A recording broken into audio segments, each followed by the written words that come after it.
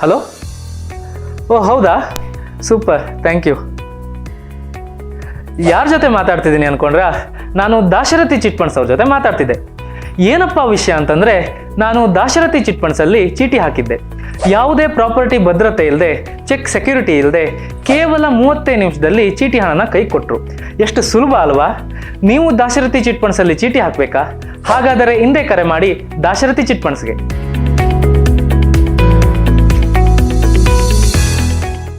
ನಮಾಮಿ ಶಂಕರ ಸದಾಶಿವ ಸಮಾರಂಭಂ ಶಂಕರಾಚಾರ್ಯ ಮಧ್ಯಮಾಂ ಅಸ್ಮದಾಚಾರ್ಯ ಪರ್ಯಂತಂ ವಂದೇ ಗುರು ಪರಂಪರಾಂ ಶ್ರುತಿ ಸ್ಮೃತಿ ಪುರಾಣಾನಾಂ ಆಲಯಂ ಕರುಣಾಲಯಂ ನಮಾಮಿ ಭಗವತ್ಪಾದಂ ಶಂಕರಂ ಲೋಕಶಂಕರಂ.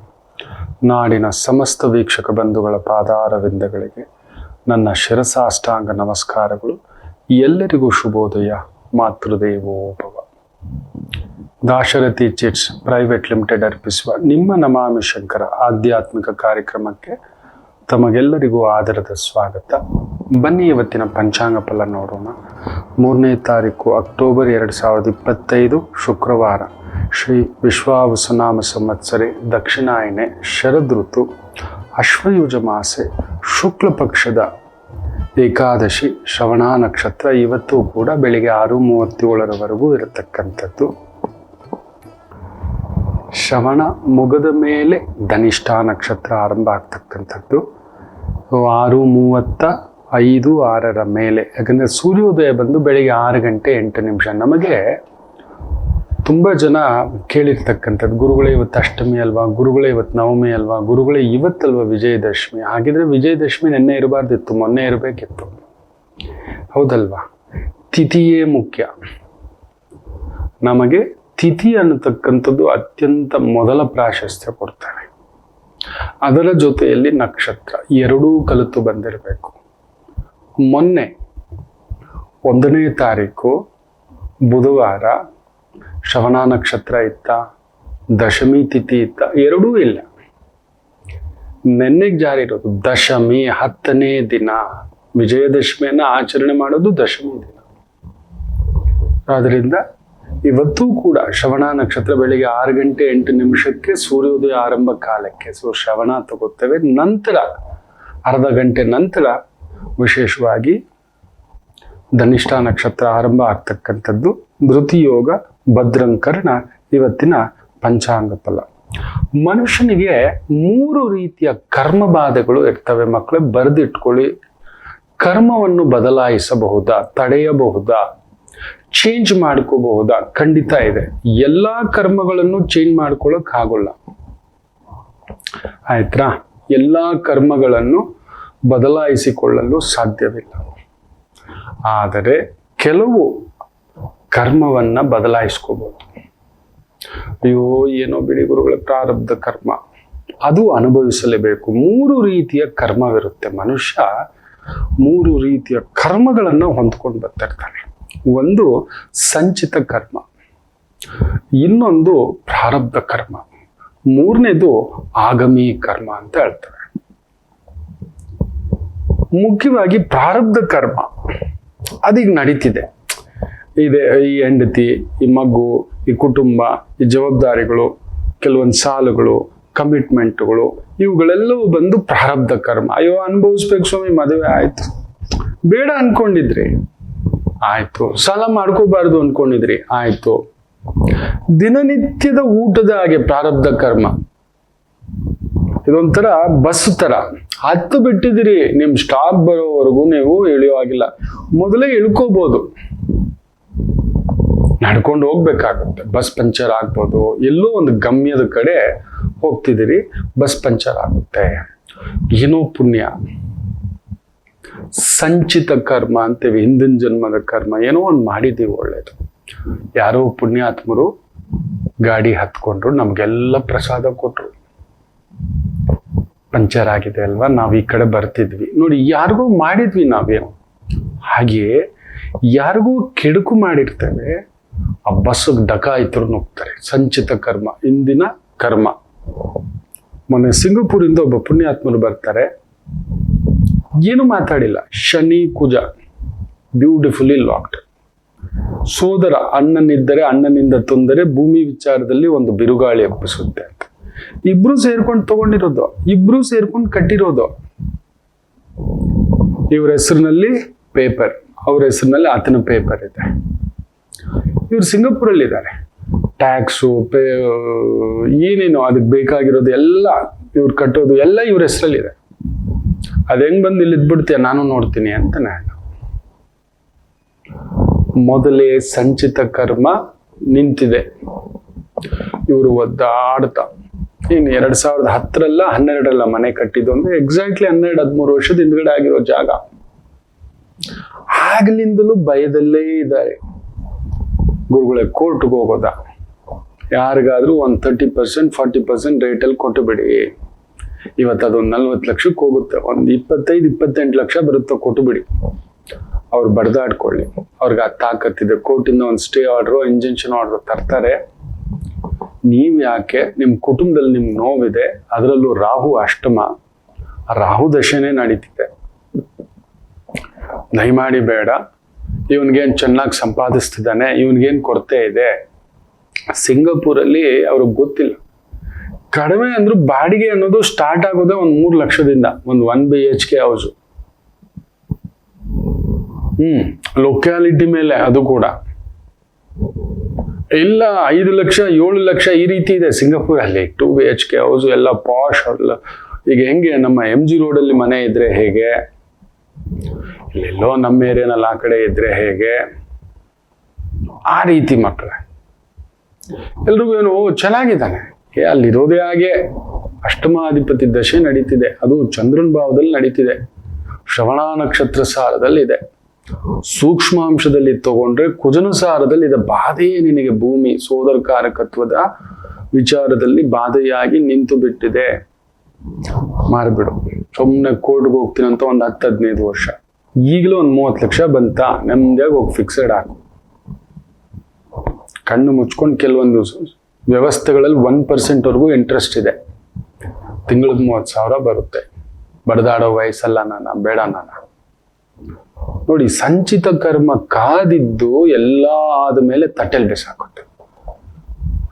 ಬಿಸಾಕುತ್ತೆ. ಪ್ರಾರಬ್ಧ ಕರ್ಮ ಏನಿದೆ, ಕೆಲಸದಲ್ಲಿ ಟೆನ್ಷನ್ ಸರ್, ಕೆಲಸದಲ್ಲಿ ನಂಗೆ ಇಂಕ್ರಿಮೆಂಟ್ ಕೊಡ್ಲಿಲ್ಲ ಸರ್, ಹೆಂಡತಿ ಮನೆಗೆ ಬಂದ್ಮೇಲೆ ಸರಿಯಾಗಿ ಮಾತಾಡ್ಸಲ್ಲ ಸರ್, ಗಂಡ ಮನೆಗೆ ಬಂದ್ರೆ ಒಳ್ಳೆ ನಾಯಿ ಆಡ್ದಾಗ ಆಡ್ತಾನೆ ಸರ್, ಅನುರಾಗವಿಲ್ಲ, ಮಧುರ ಭಾವವಿಲ್ಲ, ಒಂದು ಪ್ರೀತಿ ಇಲ್ಲ, ಪ್ರೇಮ ಇಲ್ಲ, ಅನುಬಂಧ ಇಲ್ಲ ಅನ್ನತಕ್ಕಂಥ ಒಂದು ಭಾವಾರ್ಥ. ಅದು ಪ್ರಾರಬ್ಧ. ಬಸ್ಸಲ್ಲಿ ಹೋಗ್ತಿದ್ವಿ, ದಿಢೀರ್ ಆಕ್ಸಿಡೆಂಟು, ಕಳ್ಳತನ, ದರೋಡೆ, ನಮಗೆ ಆಗ್ಬೇಕಿತ್ತ, ನಮ್ಮ ಮಗುನೇ ಹೋಗ್ಬೇಕಿತ್ತ. ನೋಡಿ, ಆ ಪ್ರಚೋದನೆ ತಮಿಳ್ನಾಡಿನಲ್ಲಿ ನಡೆಯುತ್ತೆ, ಒಂದು ಅಲ್ಲೋಲ ಕಲ್ಲೋಲ ಅನ್ನತಕ್ಕಂಥದ್ದು. ನೋಡಿ, ಯಾರು ತಪ್ಪು ಸರಿ ಅದೆಲ್ಲ ಗ್ರಹಗಳು ತಮ್ಮ ಕೆಲಸ ಮಾಡ್ತವೆ. ಡೆಲ್ಲಿನಲ್ಲಿ ನೀವು ನಂಬೋಲ್ಲ, ಗಲ್ಲಿನಲ್ಲಿ ಆಸ್ಪತ್ರೆಗಳಿಗೆ ನುಗ್ತಿದ್ದಾರೆ. H3 N2 ಅನ್ನೋದು ರೈಸ್ ಅಪ್ ಆಗ್ಬಿಟ್ಟಿದೆ. ನಾ ಹೇಳಿದೆ, ಒಂಥರ ಫ್ಲೂ ತರ ಶೀತದ ಜ್ವರಗಳು ವಿಪರೀತಕ್ಕಾಗುತ್ತೆ. ಅದು ಒಂದು ದಿನಕ್ಕೆ ಹೋಗೋದಲ್ಲ, 10-15 ದಿನ 20 ದಿನ ಬಿಟ್ರೆ ಟಿಕೆಟ್, ಉಸಿರಾಟ ತೊಂದರೆಗಳಿಗೆ ಸಂಬಂಧಪಟ್ಟಂಥದ್ದು. ತುಂಬಾ ಹುಷಾರಾಗಿರಿ ಮಕ್ಕಳೇ. ಸೊ ಇದು ಸಂಚಿತ ಕರ್ಮ. ಆದ್ರೆ ಇನ್ನೊಂದಿದೆ, ಆಗಮಿ ಕರ್ಮ, ನೀವು ಮಾಡೋ ಮುಂದಿನ ಕರ್ಮ. ಅದು ನಿಮ್ ಕೈಯಲ್ಲಿದೆ. ಈಗ ಪ್ರಾರಬ್ಧ ಕರ್ಮ ಏನು, ನನ್ನ ಹೆಂಡತಿ ನನ್ನನ್ನ ಏನೋ ಅಂತಾಳೆ, ಸರಿಯಾಗಿ ಗಮನಿಸೋಲ್ಲ, ನಮ್ಮ ಅತ್ತೆ, ನಮ್ಮ ತಂದೆ, ನಮ್ಮ ತಮ್ಮ, ನಮ್ಮ ಅಣ್ಣ, ಬಿಟ್ಟು ಇಂಪಾಡಿಗೆ ನಿಮ್ ಕೆಲಸ ಮಾಡ್ಕೊಂಡು ಹೋಗಿ. ಪ್ರಾರಬ್ಧ ಕಣೋ, ಬಿಡೋ, ಎಷ್ಟು ಮಾಡಿದ್ರು ಅಲ್ಲಿಲ್ಲ, ಏನು ಮಾಡಿದ್ರು ಬಿಡು, ನನ್ನ ಪಾಡಿಗೆ ನನ್ನ ಕೆಲಸ ಮಾಡ್ಕೊಂಡು ಹೋಗಿ. ದಿಢೀರ್ ಒಳ್ಳೇದು ಬರೋದು, ದಿಢೀರ್ ಕೆಟ್ಟದಾಗೋದು, ಅದು ಸಂಚಿತ ಕರ್ಮ. ಇನ್ನೊಂದು ಆಗಮಿ ಕರ್ಮ ಇದೆ ಮಕ್ಕಳೇ, ಅದು ಮುಂದೆ ನೀವಾಗಿ ಹಾಕೊಳ್ತಿರ್ತಕ್ಕಂಥ ಒಂದು ಮೂಟೆ. ಯಾರನ್ನೋ ಬೈತಿದ್ದೀರಿ, ಮನೆಗೆ ಹೆಂಡತಿ ಕೋಪನ್ ತಗೊಬಂದು ವರ್ಕರ್ ಮೇಲೆ ಬಿಡೋದು, ವರ್ಕರ್ ಟೆನ್ಷನ್ ತಗೊಬಂದು ಹೆಂಡತಿ ಮೇಲೆ ಬಿಡೋದು, ಗಂಡನ ಮೇಲೆ ಬಿಡೋದು. ಅವರಿಂದ ಆಯ್ತು, ಇವರಿಂದ ಆಯ್ತು, ಅದರಿಂದ ಆಯ್ತು. ನೋಡಿ, ನಾ ಹೇಳ್ತಲೇ ಇದೆ, ಬುದ್ಧಿ ಪ್ರಚೋದನೆ, ಅದು ವಿಪರೀತ ಪ್ರಚೋದನೆ. ಮೊನ್ನೆ ನಮ್ಮ ವಿರೋಧ ಪಕ್ಷದ ನಾಯಕ ರಾಹುಲ್ ಗಾಂಧಿ ಅವರು ಆನ್ಲೈನ್ ಅಲ್ಲಿ ಮಾತಾಡ್ತಿದ್ರು. ಒಬ್ಬ ನೇರವಾಗಿ ಬೆದರಿಕೆ ಆಗ್ತಾನೆ, ಗುಂಡಿಟ್ ಸಾಯಿಸ್ತಾನೆ ಎದೆಗೆ ಅಂತಾನೆ. ಮನುಷ್ಯನ ಉಲ್ಕಾಪಾತದಂತ ಆಲೋಚನೆ ಯೋಚನೆ ಮಾಡಿ ನೋಡಿ. ಈ ರೀತಿಯ ಪ್ರಕ್ಷುಬ್ಧ ವಾತಾವರಣಗಳನ್ನ ಸೃಷ್ಟಿ ಮಾಡ್ತಾರೆ. ಹುಷಾರಾಗಿರಿ, ಹುಷಾರಾಗಿರಿ. ಅಲ್ಲಷ್ಟೇ ಅಲ್ಲ, ಎಲ್ಲಾ ಕಡೆಯೂ ಈ ತರದ್ದು ಪ್ರಕ್ಷುಬ್ಧ ವಾತಾವರಣ ಸೃಷ್ಟಿ ಮಾಡುತ್ತಿದ್ದಾರೆ. ಅಂತ ಜಾಗಕ್ಕೆ ಹೋಗ್ಬೇಡಿ, ಪ್ರಚೋದನೆ ಆಗ್ಬೇಡಿ, ಬಿಡೋಲ್ಲ. ಗ್ರಹಗಳ ಬಾಧೆ, ಅದಕ್ಕೆ ಸಾಮಾನ್ಯರು ನೀವು. ಸೊ ಆಗಮಿ ಕರ್ಮ ಅಂದ್ರೆ ಏನಂದ್ರೆ ನೀವಾಗ ಮಾಡೋ ಒಂದು ಸರಿ ತಪ್ಪುಗಳು. ಅದೇನಂದ್ರೆ ಈಗ ಯಾರಿಗೋ ಒಂದು ನಿಮ್ಮ ಕೈಯಲ್ಲಿ ಒಂದು 10 ಹಣ್ಣಿದೆ, ನಿಮ್ಗೆ ಬಂದ್ರು ನೋಡಿದ್ರಿ, 1-2 ಹಣ್ಣು ಕೊಡೋಣ, ಕೊಡಿ. ಯಾರೋ ಪುಣ್ಯಾತ್ಮರು 10 ಹಣ್ಣಿದೆ, 1 ಹಣ್ಣು ಇಟ್ಕೊಂಡು 9 ಹಣ್ಣು ಕೊಡ್ತಾರೆ. ಯಾರೋ ಕೋಟಿಗೊಬ್ರು, ಅದು ನಮ್ ಗುರುಗಳಿದ್ದಾರೆ, ಅವ್ರಿಗೆ ನಿತ್ಯ 1 ಮೂಟೆ ಹಣ್ಣು ಬರುತ್ತೆ, ಫಲತಾಂಬೂಲ ಸಮೇತ ಬರ್ತಿರುತ್ತೆ. ಬಂದವ್ರು ಯಾರು ಬರಿಗೆಯಲ್ಲಿ ಬರೋಲ್ಲ, ಏನೋ ಒಂದು ಹಣ್ಣು, ಕಾಯೋ, ಹೂವು ನನಗೂ ಬರುತ್ತೆ. ನೀವು ನಂಬೋಲ್ಲ, 1-2 ವೆರಿ ರೇರ್ ಹಂಚಿಬಿಡಿಮ್ಮ, ಅದಕ್ಕೊಂದು ವ್ಯವಸ್ಥೆ ಮಾಡಿಬಿಡಿಮ್ಮ ಅಂತ ಹೇಳ್ತಾನೆ. ನನ್ನ ಗುರುಗಳಿಂದ ಕಲ್ತಂತ ಪಾಠ. ಪ್ರೀತಿಯಿಂದ ತಂದಿದ್ರೆ ಒಂದು ಪ್ರಸಾದ ಅಂತ ಎತ್ಕೊಳ್ಳೋ, ಮಿಕ್ಕಿದ ಹಂಚು ಅಂತ. ಅದು ನಿಮ್ಮ ಖಾತೆಗೆ ಹಾಕುತ್ತೆ, ನಿಮ್ಮ ಖಾತೆಗೆ ಹಾಕುತ್ತೆ. ಅದು ನಿಮ್ಮ ಮಕ್ಕಳು, ಮೊಮ್ಮಕ್ಕಳು, ಇನ್ನೊಂದು ಕುಟುಂಬ ಬಾಧ್ಯತಾ ಜವಾಬ್ದಾರಿ ಕಾಪಾಡುತ್ತೆ. ಆಗಮಿ ಕರ್ಮ ನಿಮ್ಮ ಕಂಟ್ರೋಲ್ ಅಲ್ಲಿ ಇದೆ. ಅದು ಎಲ್ಲೋ ಸುಂದರವಾದಂಥದ್ದು ಒಂದು ಸಿಕ್ತು, ಮನೆ ಒಡಿ, ಕುಟುಂಬ ಒಡಿ, ಬದುಕೊಡಿ, ಹೆಸರು ಒಡಿ, ನೀನ್ ನನಗೇ ಇರಬೇಕು, ಹೇಗಾದ್ರೂ ಸರಿ. ನೀನು ಹೆಂಡ್ತಿನ ಬಿಟ್ಟು ಬಂದ್ಬಿಡು, ಸಾಯಿಸ್ಬಿಟ್ಟು ಬಂದ್ಬಿಡು, ವಿಷ ಇಟ್ಟು ಬಂದ್ಬಿಡು, ನಾನೇ ಬೇಕಾದ್ರೆ ಗೂಂಡಾಗಳನ್ನ ಕಳಿಸ್ತೀನಿ, ಈ ತರ. ಸೊ ಅಲ್ಲೊಂದು ಆಕರ್ಷಣೆ ಆಗಿದೆ, ಸರಿ. ಮೊದಲೇ ತಪ್ಪು ಮಾಡ್ತಿರೋದು, ಇನ್ನೊಬ್ಬರ ಸೊತ್ತನ್ನ ಅತಿಕ್ರಮಿಸುವುದೇ ತಪ್ಪು. ಅದರಲ್ಲಿ ಅದು ನಂದೇ ಆಗಬೇಕು ಅನ್ನುವುದು ಮಹಾ ತಪ್ಪು. ಅದುವೇ ಆಗಮಿ ಕರ್ಮ. ಗೊತ್ತಿಲ್ಲ, ಎಲ್ಲೋ ಬಂತು, ಜಗನ್ಮಾತ, ಜಗದ್ರಕ್ಷಕ, ಎದ್ದು ಕದಲೋಗೋದು. ಯಾರೋ ಬರ್ತಾರೆ ಗಿಫ್ಟ್ ಕೊಡ್ತೀನಿ ಅಂತ, ಬೇಡ, ನೀವು ಇಟ್ಕೊಳ್ಳಿ, ನಿಮ್ಮ ಶಕ್ತಿ ನೀವು ಇಟ್ಕೊಳ್ಳಿ, ನಿಮ್ಮ ಆಸ್ತಿ ನೀವು ಇಟ್ಕೊಳ್ಳಿ, ನನ್ನ ಕೈಯಲ್ಲಿ ಏನಾಗುತ್ತೋ ನಾನು ಒಳ್ಳೇದು ಮಾಡ್ತೇನೆ. ಏನೋ ದೇವ್ರು ಕೊಟ್ಟಿದ್ದಾನೆ ಆ ಶಕ್ತಿ. ಒಂದೊಳ್ಳೆ ವಕೀಲಿಕ ವೃತ್ತಿ ಒಂದಿಬ್ಬರಿಗೆ, ವರ್ಷದಲ್ಲಿ ಒಂದಿಬ್ಬರಿಗೆ, ತುಂಬಾ ಬಡವರಿಗೆ ಫ್ರೀ ಸರ್ವಿಸ್ ಕೊಡ್ತಾನೆ. ಡಾಕ್ಟರ್ ತಿಂಗಳಲ್ಲಿ ಒಂದಿಬ್ಬರಿಗೆ ಫ್ರೀ ಸರ್ವಿಸ್ ಕೊಡ್ತಾನೆ. ಅದನ್ನ ಮಾಡಿ. ನೀವು ನಂಬಲ್ಲ, ಒಂದು ಬಹುದೊಡ್ಡ ಆಸ್ಪತ್ರೆ, ಆ ಆಸ್ಪತ್ರೆಗೆ ಹೊರಗಡೆ ದೇಶದಿಂದಲೇ ಆಪರೇಷನ್ಗೆ ಬರುತ್ತೆ. ಆಪರೇಷನ್ ಬಿಲ್ ಎಷ್ಟು ಖರ್ಚಾಗುತ್ತೆ ಅಂದ್ರೆ 3 ಲಕ್ಷ. ಬಿಲ್ ಎಷ್ಟಾಗುತ್ತೆ ಗೊತ್ತಾ? 90 ಲಕ್ಷದಿಂದ 3 ಕೋಟಿ ಆಗುತ್ತೆ. ಅವನೆಲ್ಲಿ ಕಟ್ತಾನೆ? ಅಲ್ಲ, ಅವನ ಹೆಸರಿನಲ್ಲಿ ಬಿಲ್ಲು. ಇನ್ನೊಂದು, ಕ್ಯಾಶ್ ಕಟ್ಟದ ಅಂತ ಕಪ್ಪು ಹಣವನ್ನ ಬಿಳಿ ಹಣವನ್ನಾಗಿ ಮಾಡುತ್ತಿದ್ದಾರೆ. ನೀವು ನಂಬ್ತೀರಾ? ಮಿನಿಮಮ್ 90 ಲಕ್ಷ ಬೇರೆ ಬೇರೆ ರೀತಿಯಲ್ಲಿ ಬರುತ್ತಿರತಕ್ಕಂಥ ಆದಾಯವನ್ನ ಈ ರೀತಿ ನಿಮ್ ಖಾತೆಗೆ ಹಾಕುತ್ತೆ. ಒಂದಿನ ನೋಡಿ, ಈ ತರದ ಹಗರಣ, ಬಾಡ, ಭಂಡಾರ ಎಲ್ಲ ಹೊರಗಡೆ ಬರುತ್ತದೆ. ಎಲ್ಲ ಹೊರಗಡೆ ಬರುತ್ತೆ. ಸೊ ಆಗಮಿ ಕರ್ಮದಲ್ಲಿ ನೀವು ಇದನ್ನ ಎಲ್ಲ ಹಾಕೋತಿದ್ದೀರಿ. ನಿಮ್ಮ ಒಳ್ಳೇದು ಏನ್ ಮಾಡ್ತಿದ್ದೀರಿ ಅದು ಮೂಟೆ ನಿಲ್ಲುತ್ತೆ. ಅದಕ್ಕೆ ನಾನು ಹೇಳ್ತಿರ್ತೇನೆ, ವೈದಿಕ ಒಂದು ದಾನ, ಕಲಿಯುಗಕ್ಕೆ ದಾನವೇ ಶ್ರೇಷ್ಠ, ಗೋವಿಂದ ನಾಮವೇ ಶ್ರೇಷ್ಠ. ಮಾಡ್ತಾ ಬನ್ನಿ. ನಿಮ್ ಕೈಲಾಗಿದ್ದು ಒಂದು ಇಡೀ ಅಕ್ಕಿ, ಒಂದು ಹಣ್ಣು, ಒಂದು ಪುಸ್ತಕ, ಒಂದು ಪೆನ್ಸಿಲ್ಲು ಅನ್ನತಕ್ಕಂಥದ್ದು ಇಲ್ಲಪ್ಪ. ಇವತ್ತು ನೋಡಿ, ಸರ್ಕಾರಿ ಆಸ್ಪತ್ರೆ, ಘೋಷ ಆಸ್ಪತ್ರೆ, ನಂಬರ್ 1 ಆಸ್ಪತ್ರೆ, ಪ್ರಸೂತಿಗೆ ಈ ಆಸ್ಪತ್ರೆ ಬೆಂಗಳೂರಿನ ಶಿವಾಜಿನಗರ ಅಂತ ಇದೆ ಮಕ್ಕಳೇ. ನಮಗೆಲ್ಲ ಒಂಥರ ಅದೊಂದು ಆಟದ ಮೈದಾನದ ತರ. ಏನಾದ್ರೂ ಹೋಗ್ಬೇಕು ಅಂದ್ರೆ ಶಿವಾಜಿನಗರ ಹೋಗ್ಬೇಕು. ಅಲ್ಲೇ ಕಮರ್ಷಿಯಲ್ ಸ್ಟ್ರೀಟ್, ಅಲ್ಲಿಂದ MG ರೋಡ್ ಹತ್ರ, ಬ್ರಿಗೇಡ್ ರೋಡ್ ಹತ್ರ ಎಲ್ಲ ಸೆಂಟರ್ ಅದ ಹಬ್ಬು. ಇಂಡಿಯನ್ ಎಕ್ಸ್ಪ್ರೆಸ್ ಹತ್ರ ಒಂದು ಶಿವಾಜಿನಗರ ಬಸ್ ಸ್ಟ್ಯಾಂಡ್ ಅಂತಾನೆ ಇದೆ. ಅಲ್ಲೊಂದು ಅದ್ಭುತವಾದ ಚರ್ಚ್ ಇದೆ. ನನ್ನ ಮುತ್ಯಾಲಮ್ಮ ದೇವಸ್ಥಾನ ಇದೆ. ಒಂದಲ್ಲ ಎರಡಲ್ಲ, ನೀವು ನಂಬೋಲ್ಲ. ಅಲ್ಲಿ ಒಂದು ಘೋಷ ಆಸ್ಪತ್ರೆ ಅಂತ ಇದೆ, ಪುಣ್ಯಾತ್ಮರು ಕಟ್ಟಿರೋದು. ಎಂತ ಒಂದು ದಿನಕ್ಕೆ ಕಡಿಮೆ ಅಂದ್ರೂ ಒಂದು 300-400 ಜನ ಅಡ್ಮಿಟ್ ಆಗುವಂತ ಆಸ್ಪತ್ರೆ. ಒಂದು 30-40 ಪ್ರಸೂತಗಳಾಗ್ತವೆ. ಏನೇನೋ ಮಾಡ್ಕೊಬಿಟ್ಟಿದ್ದಾರೆ ಮಕ್ಕಳೇ. ಇದು ನಿಮ್ ಖಾತೆಗೆ ಹಾಕೋಲ್ಲ ಅನ್ಕೋತೀರಾ ನೋಡಿ. ಅದಕ್ಕೆ ಹೊರಗಡೆ ಬರೋದು ಈ ತರ ಎಲ್ಲ ಅಭಾಸ. ಇರಬೇಕು, ಇರಬೇಕು, ಇಲ್ಲದಂತಿರಬೇಕು ಅಂತ. ನೀವು ಇದು ಒಂದು ಹದ ಬೇಡವಾ? ಯಾರೋ ಪ್ರೀತಿಯಿಂದ ಹಣ್ಣು ಕಾಯೋ ಹೂವು, ಅಮ್ಮ ನಮಗ್ ಮಗು ಮಾಡಿಕೊಟ್ರಿ ತಾಯಿ ಅಂತ ಹೇಳಿ ಕೊಡ್ತಾರೆ. ಬರಿಗೈಲಿ ಯಾರೂ ಹೋಗಲ್ಲ. ನೀವು ಅದನ್ನೇ ದಂಧೆ ಮಾಡಿ ಇಟ್ಕೊಂಡ್ರೆ ಸಂಚಿತ ಕರ್ಮಕ್ಕೆ ಹಾಕೋತೀರಿ, ಆಗಮಿ ಕರ್ಮಕ್ಕೆ ಹಾಕೋತೀರಿ ಅಷ್ಟೇ. ನಿಮ್ಮ ಮಕ್ಕಳನ್ನ, ನಿಮ್ಮ ಕುಟುಂಬದವ್ರನ್ನ ಸರ್ವನಾಶ ಮಾಡಿರುತ್ತೆ. ಸೊ ದಯಮಾಡಿ ಹೇಳ್ತೇನೆ, ನೀವು ಮಾಡುವ ಈ ಆಗಮಿ ಕರ್ಮ ಇದೆಯಲ್ಲ, ಬರತಕ್ಕಂಥ ಸಂಚಿತ ಕರ್ಮಕ್ಕೆ ಒಂದು ಚೆಕ್ಮೇಟ್ ಇಡುತ್ತೆ. ದಿಢೀರ್ ದುರ್ದಶೆ ಎಲ್ಲ ಕಳ್ಕೊಳ್ಳೋ ಸಂದರ್ಭದಲ್ಲಿ ಯಾರೋ ಬಂದು ಕೈ ಹಿಡ್ಕೊಳ್ತಕ್ಕಂಥ ಒಂದು ಭಾವವಾಗುತ್ತದೆ. ಮಾಡ್ಕೋತೀರಿ, ಎಚ್ಚರಿಕೆ ತಗೋತೀರಿ, ನಿಮ್ಮ ಕರ್ಮವನ್ನ ನೀವೇ ನಿಯಂತ್ರಿಸ್ಕೋತೀರಿ ಅಂತ ಅಂದ್ಕೊಳ್ತಾ ಒಳ್ಳೇದಾಗ್ಲಿ. ಒಂದು ಪುಟ್ಟ ವಿರಾಮ ತಗೊಂಡು ವಾಪಸ್ ಬರೋಣ. ಮಾತೃದೇವೋ ಭವ. ನಮಾಮಿ ಶಂಕರ. ನನ್ನ ಪ್ರೀತಿಯ ಆಧ್ಯಾತ್ಮಿಕ ಬಂಧುಗಳೇ, ಪ್ರತಿಯೊಬ್ಬರ ಜೀವನದಲ್ಲೊಂದು ಕೆಲವೊಂದು ಪ್ರಶ್ನೆಗಳಿರುತ್ತೆ, ಉತ್ತರವಿಲ್ಲದ ಪ್ರಶ್ನೆಗಳಿಲ್ಲ. ಅಂಥದ್ದೊಂದು ಸಮಸ್ಯೆ ಇದೆಯಾ? ಜ್ಯೋತಿಷ್ಯ ಮುಖೇನ ಹಾಗೂ ಆಧ್ಯಾತ್ಮಿಕ ಮುಖೇನ ನಿಮ್ಮ ಪ್ರಶ್ನೆಗಳಿಗೊಂದು ಪುಟ್ಟ ಸಮಾಧಾನ.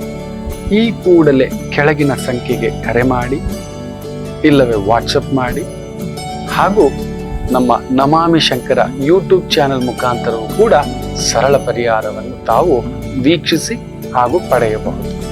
ನಮಾಮಿ ಶಂಕರ. ನಮಾಮಿ ಶಂಕರ.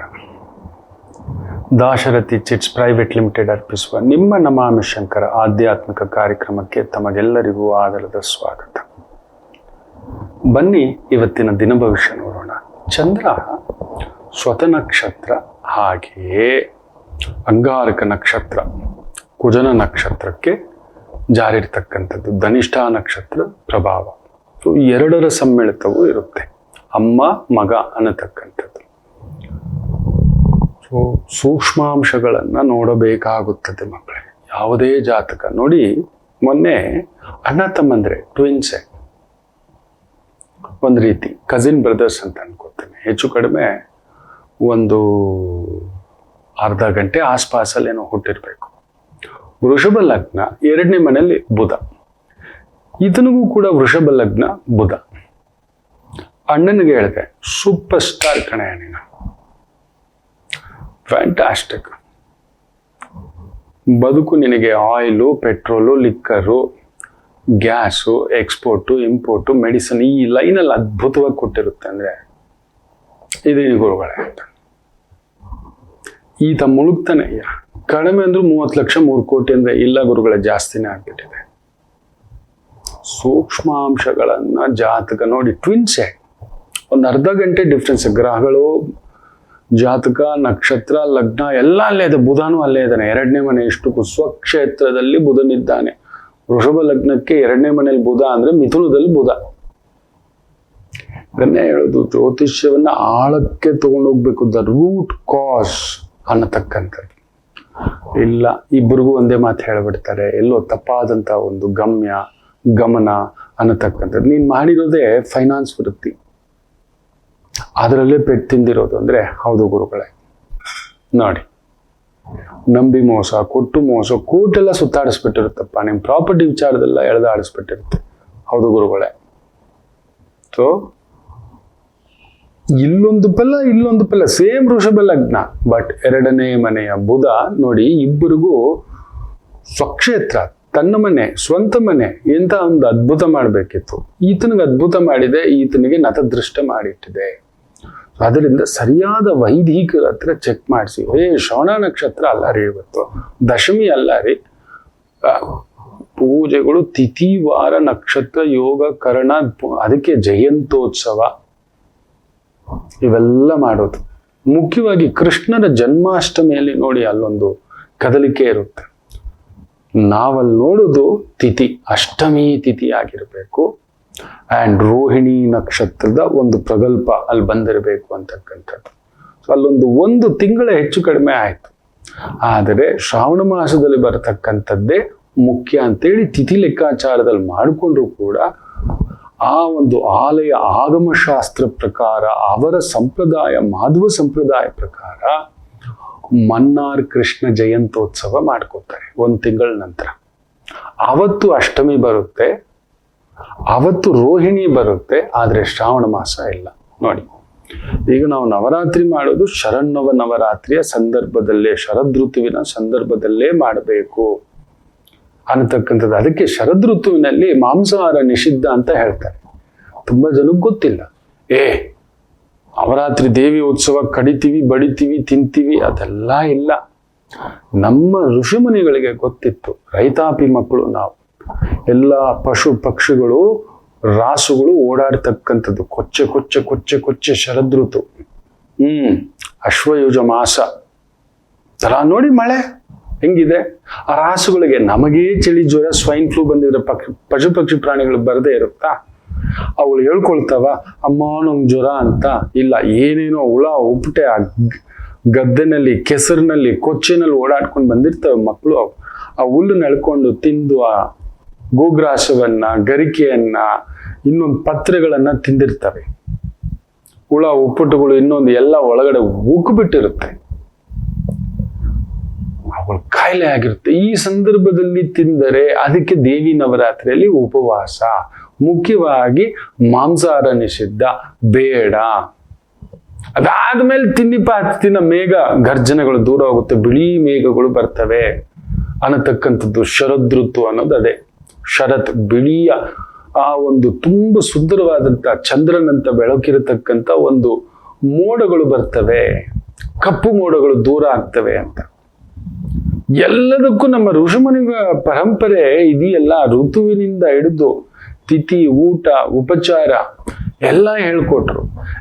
ಬಿಡಿ ಗುರುಗಳೇ, ಅದಕ್ಕೆ ಊಟ ಬಲ್ಲವನಿಗೆ ರೋಗವಿಲ್ಲ. ಇವತ್ತೆಲ್ಲ ಬ್ರೇಕಿಂಗ್ ನೋಡಿ.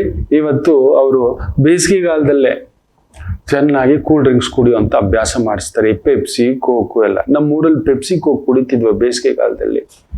ಫ್ರಿಜ್ಜಲ್ಲಿ ಇಟ್ಟಿರೋದು ಏನಾದ್ರು ಕುಡಿತಿದ್ವ? ಇನ್ನೂ ಅದು ದಾಹ ಉಕ್ಕಿಸುತ್ತೆ. ತಣ್ಣಗೆ ಮಜ್ಜಿಗೆ, ರಾಗಿ ಅಂಬಲಿ ಅದನ್ನ ಕುಡಿಸ್ತಿದ್ರು. ದಾಹ ಇಮ್ಮಿಡಿಯೇಟ್ ತಂಪಾಗ್ತಿತ್ತು. ಇಲ್ಲ, ಅವನಿಗೆ ವ್ಯಾಪಾರ ಇಲ್ದಿದ್ದೆಲ್ಲ ಹಾಕಿಟ್ಟಿದ್ದಾನೆ. ನಿಮ್ಮ ಬಯೋಲಾಜಿಕಲ್ ಸಿಸ್ಟಮ್ನ ಹೊಡಿತಿದ್ದಾನೆ. ನಿಮ್ಗೆ ಅದೇ ಇಷ್ಟ. ನಾವು ಹೇಳಿದ್ರೆ ತಪ್ಪಾಗುತ್ತೆ. ಇರಲಿ.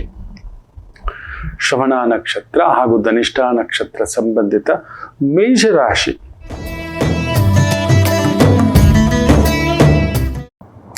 ಟೆಕ್ನಿಕಲ್ ಲೈನಲ್ಲಿದ್ದೀರಿ, ಇಂಜಿನಿಯರಿಂಗ್ ಲೈನಲ್ಲಿದ್ದೀರಿ, ಬ್ಯೂಟಿಫುಲ್ ಅಭಿವೃದ್ಧಿ ಆಗತಕ್ಕಂಥ ಒಂದು ಭಾವ. ಪೊಲೀಸ್ ಇಲಾಖೆ, ರಕ್ಷಣಾ ಇಲಾಖೆಯವರಿಗೆ ಒಂದು ಚೂರು ತಲೆನೋವು ತಪ್ಪಿದ್ದಲ್ಲ, ಎಚ್ಚರಿಕೆ. ಇನ್ನು ಕುಜ ರಾಹು ಸಾರದಲ್ಲಿದ್ದಾನೆ, ಇನ್ನೂ ಕೇರ್ಫುಲ್. ಸೊ 100% ಸ್ವಲ್ಪ ಈ ವೀಸಿಂಗು, ಇನ್ನೊಂದು ಈ ಥರದ್ದು ಆರೋಗ್ಯಾಧಿಕಾರಿಗಳು ತುಂಬ ಅಲರ್ಟ್ ಘೋಷಿಸಿ ಮಕ್ಕಳೇ. ಸುಮ್ಮನೆ ಹೈಡ್ ಅಂಡ್ ಸೀಕ್ ಎಲ್ಲ ಮಾಡಬೇಡಿ. ನೋಡಿ, ಜ್ಯೋತಿಷ್ಯ ಅನ್ನೋದು ದೊರೆ ಮಟ್ಟದ ವ್ಯಕ್ತಿಗಳಿಗೆ, ಅಧಿಕಾರಿಗಳಿಗೆ, ಲೀಡರ್ಸ್ಗೆ, ಸಾಮಾನ್ಯರಿಗೆ ನಮ್ಮದೇನಿರುತ್ತೆ ಮಕ್ಕಳೇ, ಆಗ ದುಡಿದು ಒಂದು ದಿನಕ್ಕೆ 1,000-2,000 ದುಡ್ಕೊಂಡು ತಿನ್ನೋ ಅಂಥವ್ರು ನಾವು ಮ್ಯಾಕ್ಸಿಮಮ್. ಅದಕ್ಕೆ ಹೇಳ್ತಿದ್ದೇನೆ, ಎಚ್ಚರಿಕೆ ಅಂತ ಇಲಾಖೆಯಲ್ಲಿರೋರು. It's going to be a mass. ಆ ಒಂದು ಪ್ರಭಾವ ಬೀರ್ತಕ್ಕಂಥದ್ದುಂಟು, ಎಚ್ಚರಿಕೆ. ಇನ್ನು ವೃಷಭ ರಾಶಿ.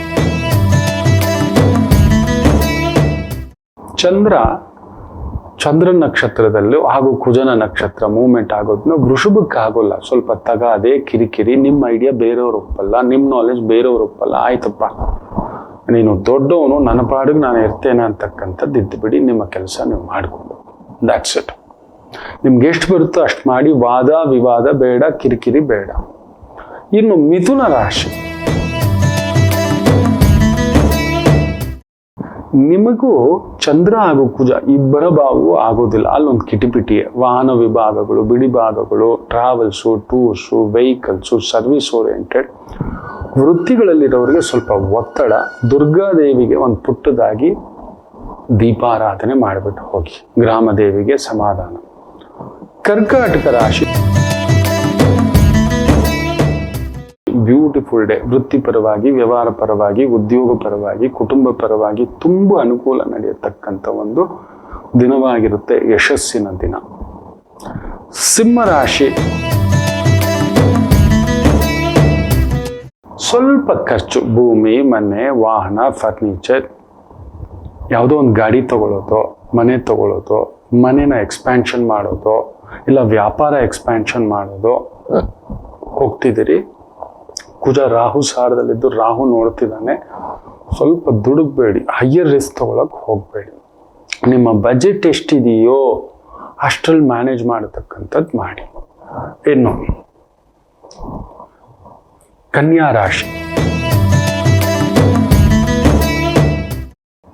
ಚಂದ್ರ ಕುಜ ನಿಮಗೂ ಅಷ್ಟೇ ಸ್ವಲ್ಪ ಕಿಟಿಪಿಟಿಯ. ಭೂಮಿ ಮನೆ ಕನ್ಸಲ್ಟೆಂಟ್ ಆಗಿದ್ದೀರಾ, property consultant, water consultant, milk consultant, entertainment consultant, consultancy ವೃತ್ತಿಗಳು ಅನುಕೂಲ ಆಗ್ತವೆ. ಊರಿಗೆಲ್ಲ ಮನೆ ಕಟ್ಕೊಡೋ ನಿಮಗೆ, ಐಡಿಯಾ ಕೊಡೋ ನಿಮಗೆ, ನಿಮ್ಮ ಮನೆ ನಿಮ್ಮ ಜಾಗ ಆಗೋದ್ರಲ್ಲಿ ಒಂದು ಸ್ವಲ್ಪ ಎಳೆದಾಟ ಇದೆ. ಕುಜ ವೃಶ್ಚಿಕಕ್ಕೆ ಹೋಗ್ಲಿ, ಅಲ್ಲಿವರೆಗೂ ಕಾಯೋಣ, ಆತಂಕ ಪಡಬೇಡಿ.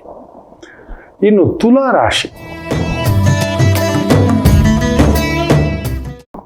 ವೃತ್ತಿಯ ವಿಚಾರದಲ್ಲಿ ಅಲ್ಲೊಂದು ಅಸಮಾಧಾನ, ಅದರಲ್ಲೂ ಸ್ವಂತ ವ್ಯಾಪಾರ, ಸ್ವಂತ ವ್ಯವಹಾರ, ಇಂಜಿನಿಯರ್ ಆಗಿದ್ದೀರಾ, ಟೆಕ್ನಿಷಿಯನ್ ಆಗಿದ್ದೀರಾ, ಕನ್ಸ್ಟ್ರಕ್ಷನ್ ಲೈನಲ್ಲಿ ಇದ್ದೀರಾ, ಸ್ವಲ್ಪ ಒತ್ತಡ, ಲೇಬರ್ಸ್ ಒತ್ತಡ, ಪೇಮೆಂಟ್ ಒತ್ತಡ ಇವುಗಳಿರ್ತವೆ. ಲಕ್ಷ್ಮೀ ನರಸಿಂಹ ದರ್ಶನ, ಸಮಾಧಾನ.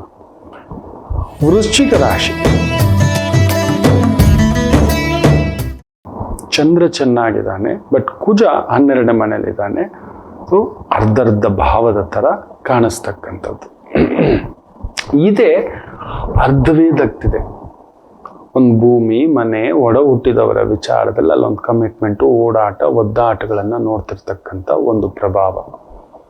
ಸುಬ್ರಹ್ಮಣ್ಯ, ಹನುಮರಿಗೆ ಹೋಗ್ಬಿಟ್ಟು ಒಂದು ಸ್ವಲ್ಪ ಸಿಂಧೂರ ಸಮರ್ಪಣೆ ಮಾಡತಕ್ಕಂಥದ್ದು ಮಾಡಿ. ಆ ಕಾರ್ಯವಿಘ್ನ ದೂರವಾಗಿ ಗೆಲುವಾಗುತ್ತೆ. ಇನ್ನು ವಿಶೇಷವಾಗಿ ಧನುಸು ರಾಶಿ, ಚಂದ್ರ ನಿಮಗೆ ಅಷ್ಟಮಾಧಿಪತಿ, ಕುಜ ಯೋಗಾಧಿಪತಿ. ಸೊ ಕಷ್ಟಪಟ್ಟು ಬದುಕು ಕಟ್ತೀವಿ.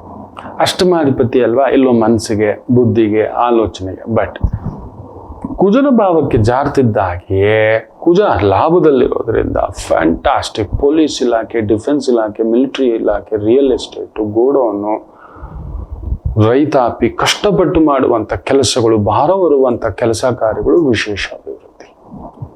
ಇನ್ನು ಮಕರ ರಾಶಿ, ನಿಮಗೂ ಚಂದ್ರನಿಗೂ ಆಗೋಲ್ಲ, ಸ್ವಲ್ಪ ಆರೋಗ್ಯ ನೋಡ್ಕೊಳ್ಳಿ. ಥ್ರೋಟ್ ಇನ್ಫೆಕ್ಷನ್, ವಾಟರ್ ಇನ್ಫೆಕ್ಷನ್ ಬೇಗ ಇಂಪ್ಯಾಕ್ಟ್ ಇರುತ್ತೆ. ಮಕರ ರಾಶಿಗೆ, ಕನ್ಯಾ ರಾಶಿಗೆ ಈ ಒಂದು ವೀಸಿಂಗ್, ಥ್ರೋಟ್, ಈ ಸೈನಸ್ ಇದೆಲ್ಲ ಏನೇನೋ ಬಂದಿದೆಯಲ್ಲ, H3N2 ಏನೇನೋ ವೈರಸ್ ಹೇಳ್ತಿದಾರಲ್ವ, ಈ ಥರದ ಒಂದು ಪ್ರಭಾವ ಸ್ವಲ್ಪ ಧನಿಯಾ, ಶುಂಠಿ ಹಾಕಿ ಹದವಾಗಿ ಅದರಲ್ಲಿ ಒಂದು ಪುಟ್ಟು ಚ, ಮೆಣಸಿನ ಚ ತಗೊಳ್ತಕ್ಕಂಥದ್ದು ಮಾಡಿ. ಶುಂಠಿ ಕಷಾಯ ಅಂತೀವಲ್ಲ, ಸ್ವಲ್ಪ ಶುಂಠಿ ಹಾಕಿ ಅದನ್ನು ಸ್ವಲ್ಪ ಸೇವಿಸ್ತಕ್ಕಂಥದ್ದು ಮಾಡಿ. ಬಾಡಿಯನ್ನು ವಾರ್ಮ್ ಇಟ್ಕೊಳ್ಳಿ, ಬಾಯಿಗೆ ಮಾಸ್ಕ್ ಹಾಕ್ಕೊಳ್ಳಿ. ಎಚ್ಚರಿಕೆ. Real estate consultant, machinery consultant, vehicle consultant, ಗಾಡಿಗಳು ಇಟ್ಕೊಂಡಿದ್ದೀರಾ, ಸರ್ವಿಸ್ ಓರಿಯೆಂಟೆಡ್ ಕೆಲಸ ಕಾರ್ಯ, ಗಾಡಿಗಳಿಗೆ ಸಂಬಂಧಪಟ್ಟಂಥದ್ದು ಮಾಡಿಸ್ತಿದ್ದೀರಾ, ಮನೆ ರಿಪೇರಿ, ಪ್ಲಂಬರು, ಟೈಲ್ಸು ರಿಪೇರಿ, ಇಂಥ ಒಂದು ವೃತ್ತಿ ಉದ್ಯೋಗ ಅನುಕೂಲಿಸುತ್ತೆ. ಕುಂಭರಾಶಿ,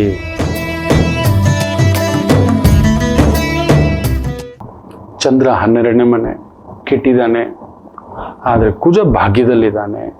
ದಶಮಾಧಿಪತಿ.